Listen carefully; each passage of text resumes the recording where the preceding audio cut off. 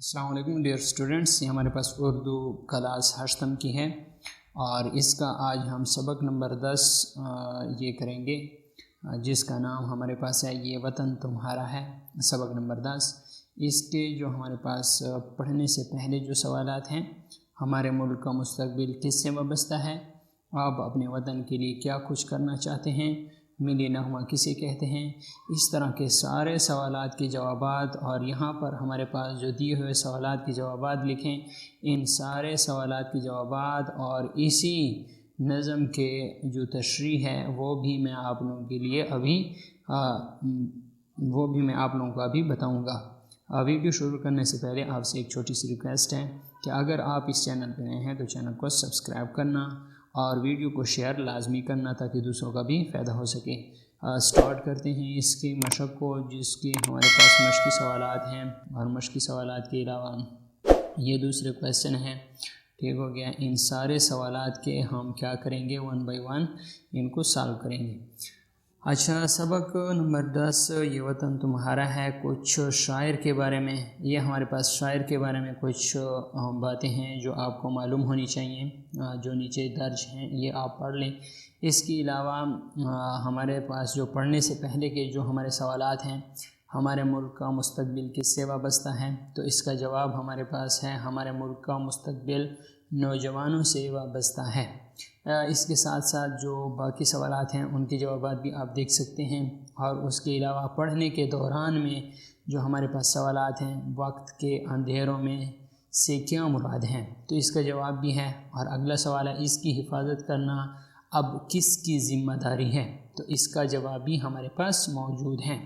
आगे हमारे पास है अशार की तशरीह। ये वतन तुम्हारा है, तुम हो पासबां इसके, ये चमन तुम्हारा है, तुम हो नगमा ख्वां इसके। तो तशरीह इसकी मौजूद है, आप इसकी तशरीह यहाँ से लिख सकते हैं और पढ़ सकते हैं। इसके अलावा जो अगला हमारे पास है, अगला बंद, वो उसकी तशरीह भी हमारे पास मौजूद है। इस तरह आप इस सब की तशरीह यहाँ से पढ़ भी सकते हैं और अपने पास नोट भी कर सकते हैं। वीडियो को इस जगह पे रोक लें और इसको अपने पास नोट करते जाएं। दोस्तों, अगर आपको और भी वीडियो चाहिए तो उसके लिए कमेंट लाजमी करना, तो मैं आप लोगों के लिए वो भी वीडियो लेकर आ जाऊंगा। नेक्स्ट हमारे पास इसकी तशरीह अभी जारी है, तो इसकी तशरीह आप अपने पास नोट कर दे जाएं। तो ये आपके पास वीडियो को रोक लें या फिर आप अपने पास कापी और पेन उठाएं और इसको अपने पास लिखते जाएं। मशक़ आ गया है। मशक़ में हमारे पास अल्फाज मानी हैं। आप इन अल्फाजों के मानी लिखें अपने पास। पासबां के मानी है हिफाजत करने वाले, रंग आब के मानी है खूबसूरती, नगमा ख्वां गीत गाने वाले, बहरोबर समंदर और ज़मीन। ठीक है, आगे हमारे पास जितने भी हैं वो आप अपने पास नोट करते जाएं। अगले हमारे पास ये अल्फाज मानी हैं, इन सब अल्फाज मानी को आप अपने पास नोट कर लें। दिए हुए सवालात के जवाबात लिखें। ये हमारे पास सवालात हैं। जो अलिफ सवाल है, वतन के बेटे होने की हैसियत से हमारा पहला फ़र्ज़ क्या है, तो इसका जवाब है वतन के बेटे होने की हैसियत से हमारा पहला फ़र्ज़ इस मुक़द्दस सरज़मीन की हिफाजत करना है। कौम की उम्मीदों का मरकज़ कौन है, जिसका जवाब है कौम की उम्मीदों का मरकज़ मुल्क के नौजवान हैं। तो इस तरह आप सब सवालात को अपने पास नोट करते जाएं। आप इस वीडियो को यहाँ पे रोक सकते हैं और इसको क्या करें, अपने पास नोट करते जाएं। इस तरह ये सारे सवालात आज आ गए हैं। अगर आपको पिछले वीडियोस चाहिए तो उसका लिंक मैं आपको आई बटन में भी मिल जाएगा। ठीक है, ऊपर लिखा हुआ आ जाएगा। अगर आप वीडियो के आखिर पर देखेंगे तो आपको सबक नंबर 9 और सबक नंबर 8 की वीडियो भी मिल जाएगी। इसके अलावा आपको अगर और वीडियोस चाहिए तो उन वीडियो का लिंक मैं डिस्क्रिप्शन में दे दूंगा, तो आप वहां से भी चेक कर सकते हैं। सबक नंबर 1 से लेके सबक नंबर 10 तक तमाम वीडियोस का लिंक मैं डिस्क्रिप्शन में दे दूंगा, आप वहां से ये कर लें, देख सकते हैं। सवाल नंबर 3 है, नज़म के मुताबिक दुरुस्त लफ्ज़ लिखकर मिसरे मुकम्मल करें। तो ये आपने दुरुस्त लफ्ज़ लिखना है और इस मिसरे को मुकम्मल करना है। ٹھیک ہو گیا ہے، آپ اسے اپنے پاس نوٹ کر لیں۔ بات سے نکلے بات، تو یہ بھی آپ اپنے پاس نوٹ کر لیں اس سوال کا جواب۔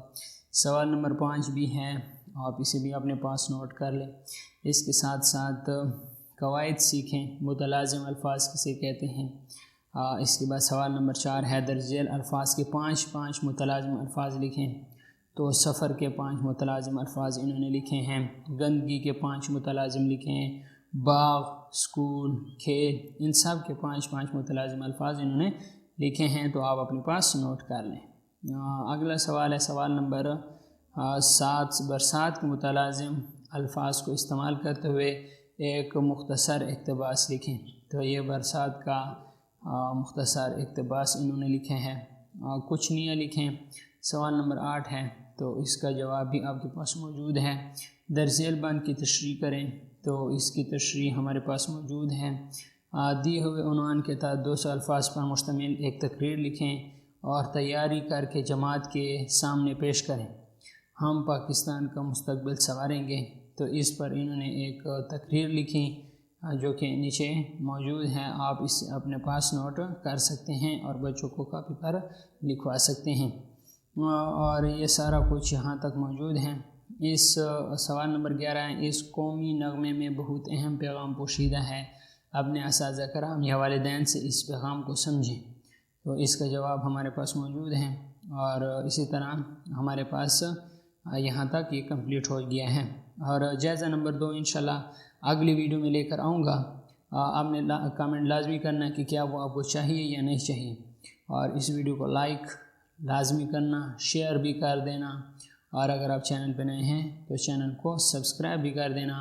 سبسکرائب کے بٹن پہ کلک کرنے کے بعد گھنٹی کا نشان آئے گا، گھنٹی کے نشان پہ کلک کریں، 3 آپشن آ جائیں گے، سب سے اوپر آل والے آپشن پہ کلک کریں، تو جو بھی ویڈیو اپلوڈ ہوگی آپ کو اس کا نوٹیفیکیشن بر وقت ملے گا۔ Thanks for watching.